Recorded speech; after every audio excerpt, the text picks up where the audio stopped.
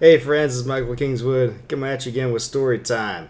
And I've been sitting here for the last couple of minutes because I've noticed every time I do these videos, like watching back on it, it's like my left shoulder ends up being cockeyed compared to my right. And I'm like, why is my shoulders all jacked up? I can't quite figure it out. So I've been sitting here the last couple of minutes like, get it right, get them even. It looks stupid. And I've come to realize it's just the nature of this desk. It's got a curving little place where you can sit in.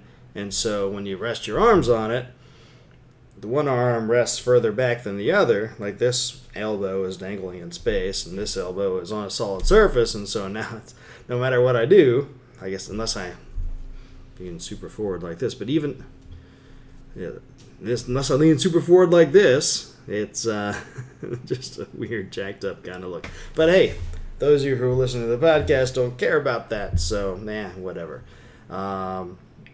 It's been bothering me the last couple minutes. Anyway, yeah, so it's been how's the week been here at the Kingswood Abode? It's been fairly mundane yet hectic. Doing all the same stuff that we usually do, but yet it's been feeling like I've been running around with, no time all week and little sleep, even though I haven't really done much more and much differently than I normally do. It's just been weird. Anyway, neither here nor there. You're not here to listen to me gripe. You're here to listen to stories, and we're continuing on with Glimmer Vale. So when last we left, well, the bad guys, what's left of them, and there are quite a few of them left, came to the gates of Lyttelton, and Rajic and Julian and company have the barricades set, and we're fighting. And of course, the bad guys have a mage, and they're doing his magey things, and Melee's been doing her magey things, and the melee's gotten pretty hot and heavy. And we'll just take it from there. I'll talk to you after these next couple chapters. Enjoy! Chapter 27. Spellcraft. Julian turned back around to find the other brigands down. Raedric and Salam stood nearby, their curved blades red with the blood of many foes. Before them, only Eisenhoff stood. His pale face was streaked with blood from a cut over his left temple. It made a nice counterpoint to his other scar, really. He no longer wore his mocking expression. In fact, his eyes danced from Raedric to Salam to Julian nervously. But he did not back down or lower his sword. "The offer still stands, Theobald," Raedric said across the intervening distance between them. "Right away now, and we will not follow. You've lost a lot of men today, but you don't have to die as well." Eisenhoff chuckled. "I have not played all my cards, Bolatier." He cocked his head to the side and shouted, "Laurent!" From off to the side, a deep, raspy voice replied, "Here, father!" Julian turned his head and saw the new speaker. He instantly recognized him. The mage. The mage stepped from behind a jutting balcony that would have hidden him from the archers' lines of fire. With him were 3 more brigands. 2 of them were dragging a man with a bag over his head between them. The small group walked over to Eisenhoff's position and took up station just behind him. He smirked again and said, "Lower your arms, or he dies." The brigand with his hands free reached out and pulled the bag from atop the prisoner's head. Julian already knew who it was, but all the same his heart sank to see Constable Mallory in that condition. He had obviously been beaten repeatedly. His nose was broken in more than one place. Both his eyes were black. His cheeks were swollen, and he was bruised all over. It took a moment to recognize him in truth. But his eyes. His eyes were fearful, tight with pain. Yet Julian saw a hint of iron within them that he never thought to see. An unwillingness to yield. From the look in his eyes, Mallory seemed a totally different man than the constable Julian had known. Stronger, somehow. Which was exactly the opposite of what Julian would have expected, considering the torture he had endured at Eisenhoff's hand. Looking back at Raedric, Julian could tell that his friend was wavering, and he fully understood. Killing in battle or for justice was one thing, but for all his faults, Mallory was a good man, and did not deserve this. Julian could hear the thoughts going through Raedric's head, because they were going through his as well. How could I live with myself if I caused his death? But it all came down to numbers. Sometimes you did not risk those 20 men to save the one who was most likely dead already. And sometimes you don't sacrifice the well-being of hundreds in a town for one you happen to know personally. Julian opened his mouth to tell Raedric this, but was surprised when Mallory beat him to it.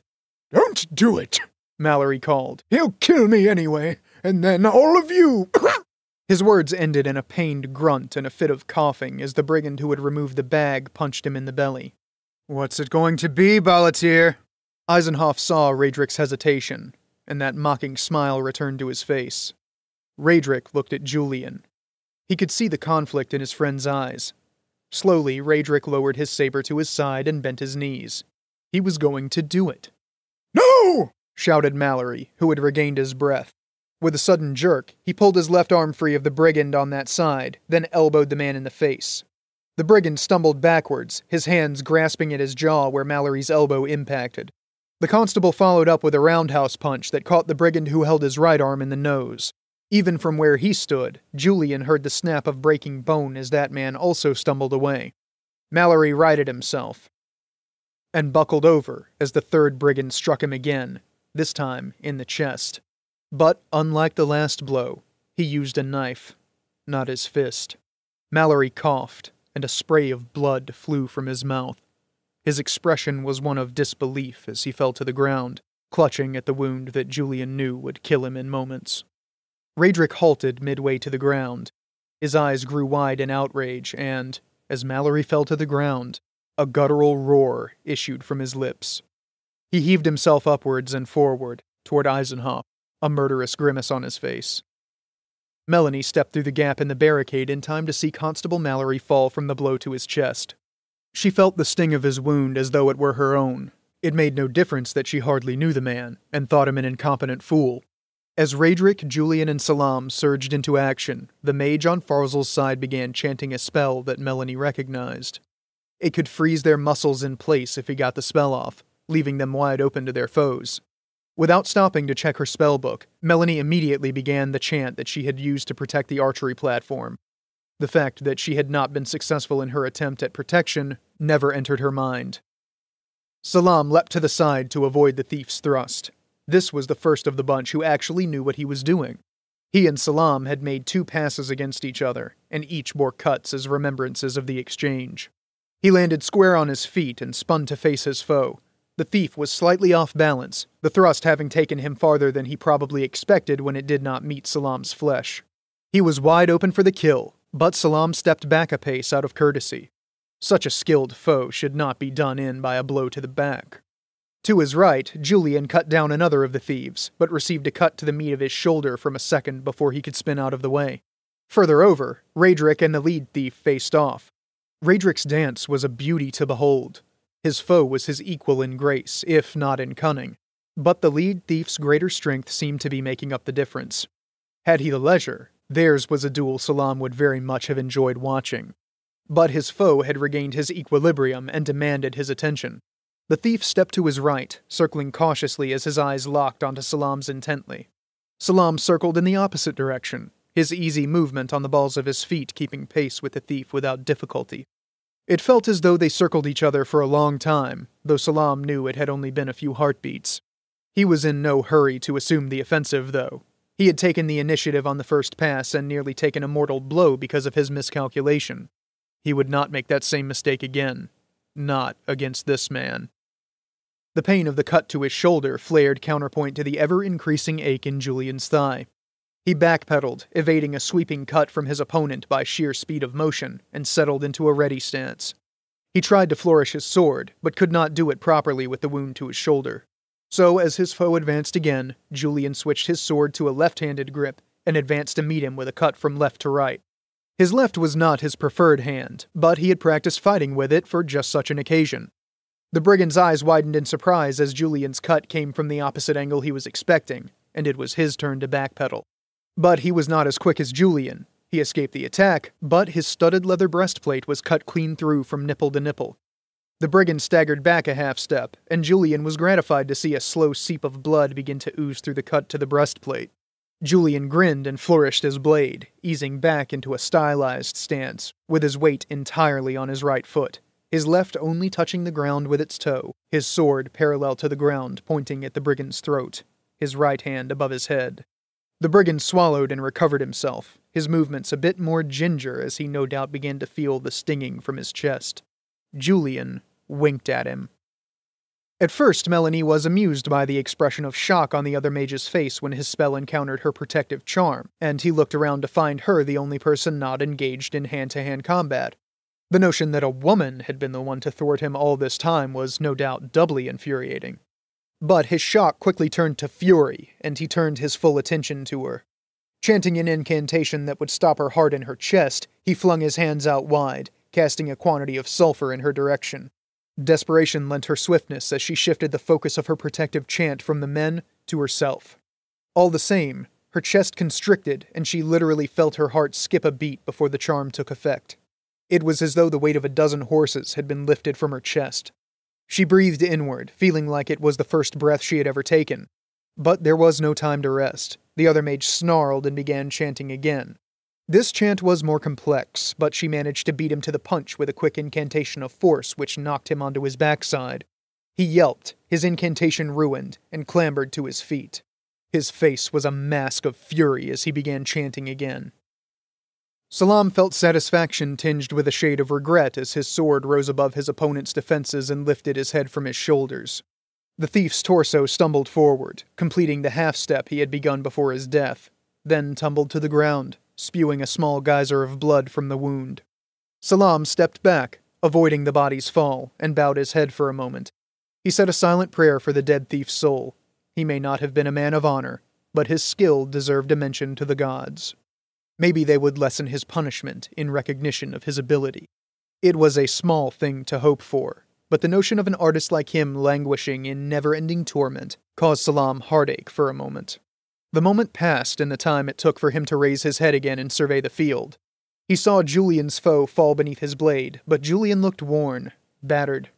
He limped towards Salam, and he was bleeding profusely from his shoulder. He would not be useful in battle for much longer, but his eyes were alight with the heat of bloodlust. He would drive himself to his death if he was not careful. And no wonder. Salam turned to follow Julian's gaze, and was once again entranced by the duel between Raedric and Farzal. The two danced as smoothly as if they were a couple on the ballroom floor. Each thrust, cut, and parry was met precisely by the exact counter from the other, as neither was able to make any headway. Julian reached Salam's side and moved as though he intended to come to his friend's assistance. Salam reached out and grabbed Julian's arm, arresting his movement. The young swordsman turned to look at Salam in confusion and anger. "Let go of me, Salam," he said in a low, dangerous tone. Salam shook his head. "This contest is for Raedric to win or lose on his own. You will dishonor him if you interfere now." One of Julian's eyebrows rose in confusion, and he pulled away from Salam's grasp. He took a step forward, then stopped as he truly saw the duel for what it was. He slowly nodded and stood still to watch the drama unfold as the gods intended. Chapter 28.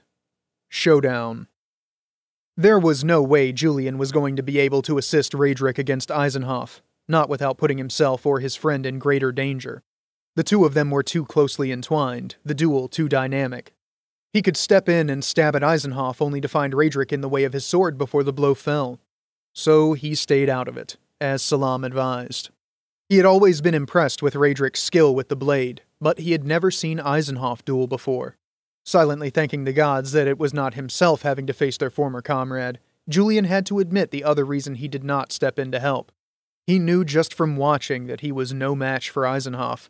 He would fall before him within a single pass. A concussion to the left drew his attention away. He felt as though he had been poleaxed when he saw what was happening over there. Melanie and the mage stood about 20 feet apart, both chanting and executing the hand and body gestures of their art as rapidly as possible, to impressive effect. The source of the concussion that drew his attention was unclear, but a large plume of smoke rose from the ground not far from Melanie's feet. Her eyes were wide. With relief, he thought, but she chanted on resolutely. He glanced aside at Salam and saw that he was looking at the mage's duel now as well. "You don't object to helping her, do you?" Julian asked, with no intention of not helping whatever Salam said. As he finished the question, Melanie completed her chant and a ball of fire streaked across the distance between her and the brigand mage. It exploded upon reaching him, and for a moment Julian thought maybe she did not need his help after all. But very quickly it became clear that while the fireball had engulfed the area around him, the mage himself was untouched. Sneering, the mage finished his own chant and made a flickering gesture of his own. The grass between him and Melanie bent over, blown by a fierce gust of wind. Her eyes went even wider as the gust struck her, and she flew back against the wall of the building nearby. The wind left her lungs in a loud grunt of pain, and she slumped to the ground. "I do not object," Salam said as the swarthy swordsman set off running toward the brigand mage. Julian ran as hard as he could, slowly passing Salam toward the mage as he willed his aching thigh to cooperate for just a few minutes more. The magic-wielding thief stalked toward Mistress Clemens, a fiendishly delighted look in his eyes as he beheld her prone form. Salam did not hold much with the magical arts, by and large. They were a diversion for men who lacked the strength, skill, and courage to face other men without prejudicial advantage. He recognized that magic had its occasional useful qualities. Today's gambit with the archery platforms was one such bit of brilliance. Perhaps not completely honorable, but then neither was archery itself. But when faced with overwhelming odds, there is no dishonor in trying to level the playing field. All the same, useful things are not always things to be treasured, or held close. So it was with magic users, by and large. But then there was Mistress Clemens herself. Beneath the cold and detached veneer she wore, Salam believed her to be among the most virtuous women he had met. It would not do to have the likes of her despoiled by a man such as this. Melanie lay on the ground, aching all over, and struggled to regain her breath. She knew the brigand mage would take advantage of her helplessness, and tried to will herself to her feet. But her limbs would not respond for a long moment. Finally, she managed to draw a deep breath and force herself to her knees. Looking up, her heart sank.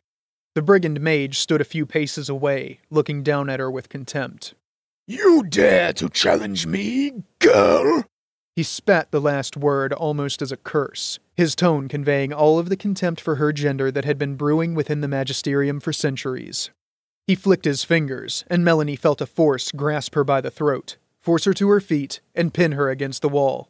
Grinning sadistically, he closed his hand slightly, and she felt the force tighten around her neck, constricting her airway. She could hardly breathe.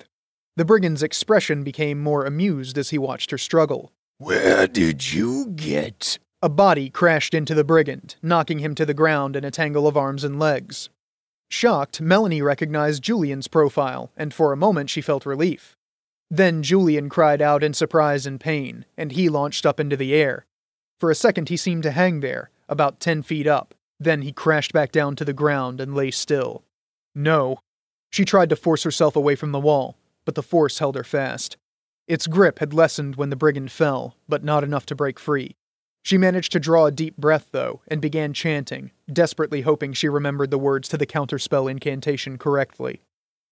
The magic-wielding thief stood up and brushed himself off. He looked a bit disheveled, but otherwise none the worse for wear from Julian's uncoordinated attack. Salam shook his head in chagrin at the man's foolishness. Stab or cut. Do not tackle. The moment of surprise was lost, and Salam was sure the magic user would not be caught unawares again. Sure enough, the thief stopped abruptly, his eyes narrowing as he beheld Salam, who stopped in his tracks. For a moment, the two men stared each other in the eye. The thief looked tired, and though he put on an air of confidence, he was afraid. Men always have a certain shadow in their eyes when fear had a grip on their souls. When that happened, dishonorable men could easily be induced to flee. There were many ways to accomplish that with a swordsman. But Salam had never tried to spook a magic user before. Melanie watched as Salam advanced slowly toward the brigand mage. For a moment, she ceased her struggling against the force that held her fast, the sheer grace and economy of movement in his combat stride drawing her whole attention. He was not much to look at normally, but in this circumstance, he was in his natural element here on the battlefield, with his sword in his hands. That was obvious in the way he moved. Despite herself, in that moment Melanie couldn't help but think he was beautiful. But that might just be because he was coming to her aid. She shook herself and was surprised and relieved to find she had continued the counterspell chant while her mind wandered. Timon's hard discipline while he taught her was paying off, it seemed. The chant was nearing its climax, and she would need the components soon, an ounce of wolfsbane and a sprinkle of copper powder. Blessing Timon's instruction to always have a hidden backup silently in her mind as she continued the chant, she shook her left arm vigorously, or as vigorously as she could in her constrained state, and a pouch that had been tucked up within her sleeve dropped into her hand. That pouch contained the component she needed. She had put it there on Timon's advice, given so many months ago. She managed to smile as she continued chanting. The magic-using thief backed away as Salam advanced. Fear showed more plainly in his expression. He was almost ready to break. Then the thief surprised him. He made a raising gesture with his hands, and from the ground around him several arrows and a pair of spears lifted up into the air. Stopping at waist level, the missiles all turned to point at Salam. The thief smiled, a sadistic grin of triumph. Then, with a flick of his fingers, the first of the missiles hurtled forward. Melanie's heart sank. Though she chanted as quickly as she could, there was too much of the counterspell incantation remaining for her to stop the brigand mage. His incantation was complete, and so long as he maintained his concentration, he would be able to do as he willed with force. She was actually halfway surprised he didn't just bind Salam as he had done her. He must be nearing his limit. Not that it mattered. Arrows and spears would be more than enough. Salam was doomed. The arrow streaked towards him, and Melanie cringed inwardly. Then she nearly lost her place in the incantation from shock as Salam, with a seemingly minuscule flick of his sword, knocked the arrow off course. It passed him harmlessly by, and he continued to advance. How did he do that? She had never heard of such a thing. A glance at the other mage showed he was just as shocked as she. The brigand mage backed away a half step and, with a flicking gesture of his hand, launched another arrow toward Salam. But he spun away at the last second, with only a tear in his sleeve to show for it. Another arrow, then another, and another. Salam avoided them all, receiving only minor scrapes and cuts. Melanie had never seen such grace. Still he advanced, and still the mage retreated and circled to his left to keep as much distance from Salam as he could. The last of the arrows spent, the mage flung his first spear at Salam at the same moment Melanie completed her incantation. Clenching her fist in time with the final word, she felt the wolfsbane and copper grind together as the final syllable left her lips. A puff of smoke announced the component's destruction, and Melanie stumbled forward as the force that had been pinning her to the wall abruptly disappeared. She immediately began a new incantation, reaching into her cloak for components. The brigand mage recoiled as though smacked, and the spear that had been heading towards Salam veered off course, sailing far away from the swordsman. Eyes wide in sudden fright, the mage screamed, "Bitch!" and made a pushing gesture with both hands. The second spear, which had been hanging in the air pointing at Salam, turned and streaked towards Melanie. Her incantation forgotten as her throat clenched, she found herself frozen in place, unable to move as she watched death approach. She could not even manage a scream. An unexpected blow from the side sent her tumbling to the ground, a heavy weight upon her. Salam grunted at the impact as well, his eyes going wide for a moment. Then he rolled off her. She gasped as she saw the spear protruding from his side. His breath came in short, rasping pants, and he clutched at the shaft of the spear. Melanie had no chance to assist him, though. A great force took hold of her by the throat again and lifted her to her feet. The mage! She tried to begin her incantation again, but when she opened her mouth, the force pinned her arms to her sides and forced her jaws apart. Sparing only the briefest of glances at Salam, the brigand mage stalked towards her.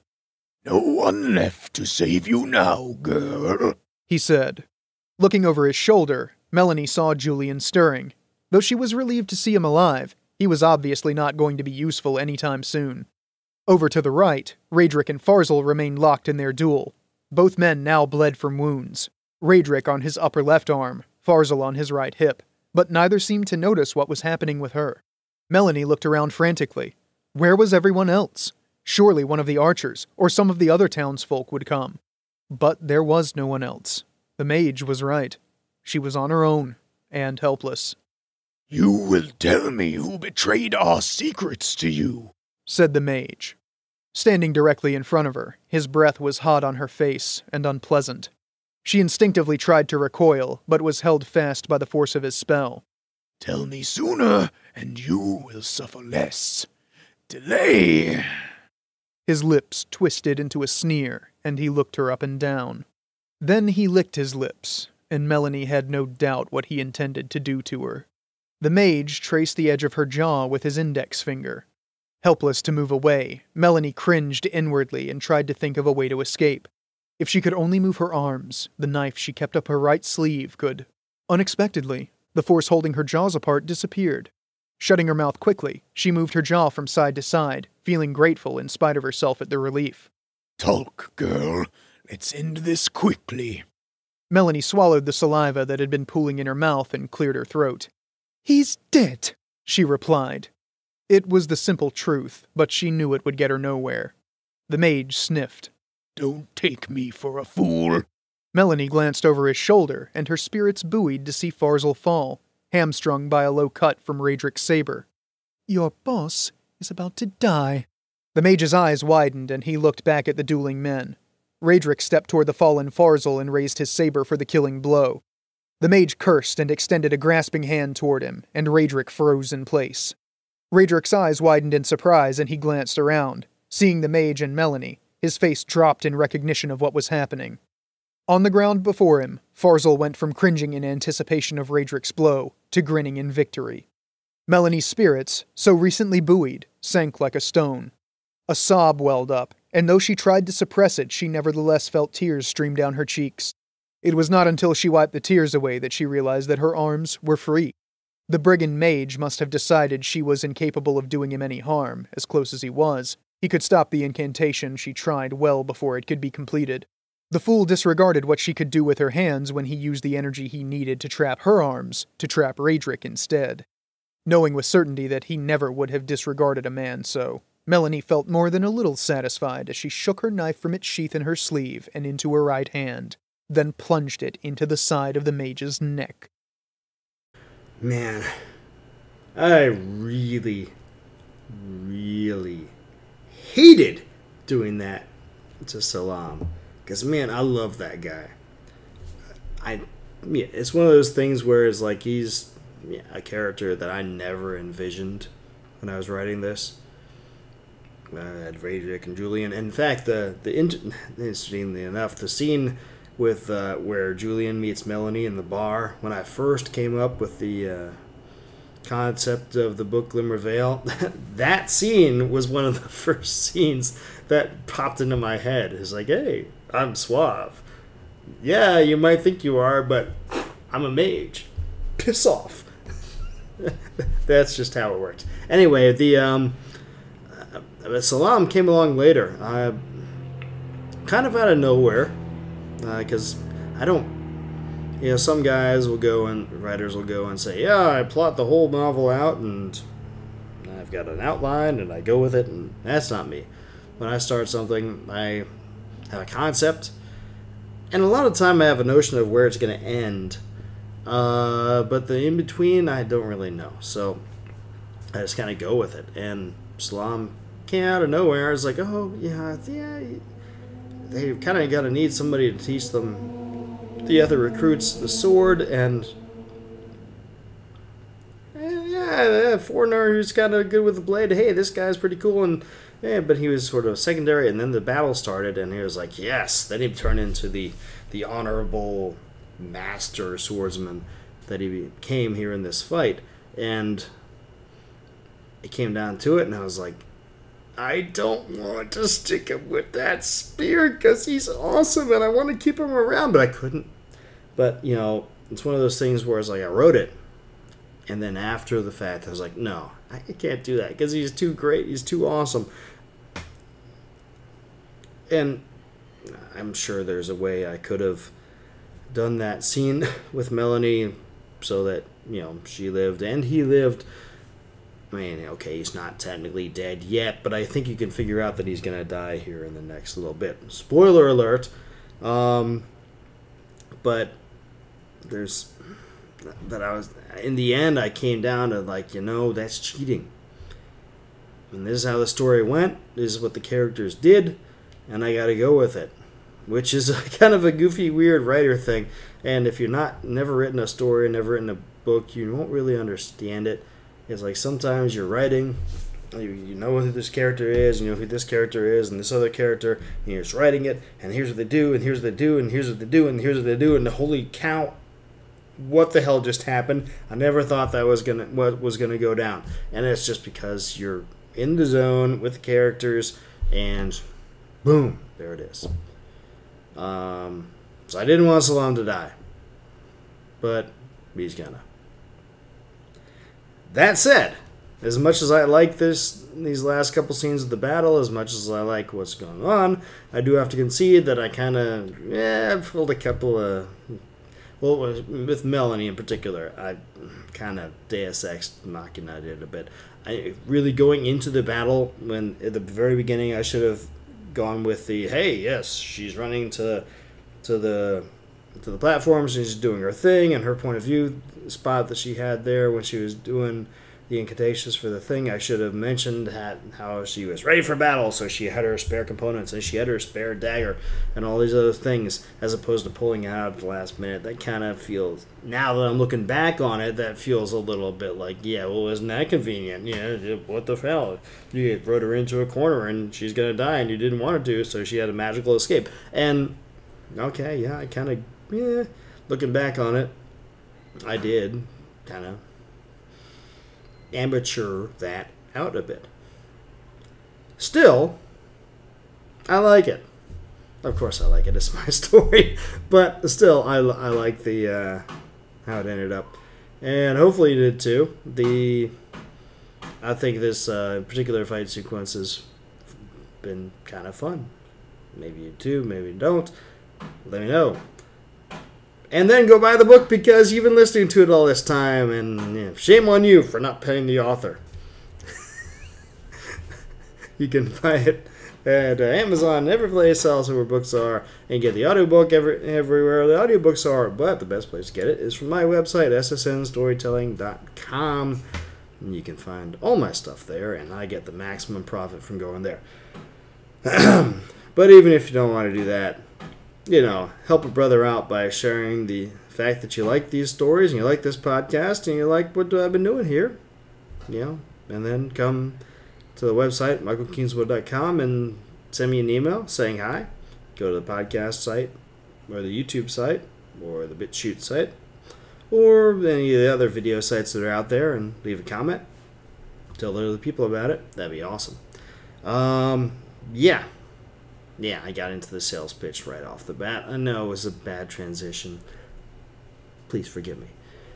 We only have 2 more chapters left in this, because this ended up chapter 28, 30 chapters total, and then we got to figure out what we're going to do for the rest of the podcast. The fun thing about the podcast is, hey, this is episode 52. You know what that means? Been doing this consistently for a full year, which, to be honest with you, I wasn't certain I would actually be able to do. Not because I didn't have enough material. I got many more books after this that I can read and share with y'all, or like with Glimmer Vale, hire somebody to read to share with y'all. But it's more like, you know how your schedule is and how life is, and you're thinking, I'm going to start this, and I intend to do it, but I'm not sure if I'll really be able to because of, life. Well, hey, what can I say? Been there, got it done for a year. Hopefully we'll be around for another 2, 3, 4, 6, 10, 20. Hopefully you guys will stick with us for that too. Anyway, thanks for stopping by. Hope you enjoyed it. Until next time, don't do anything I wouldn't do.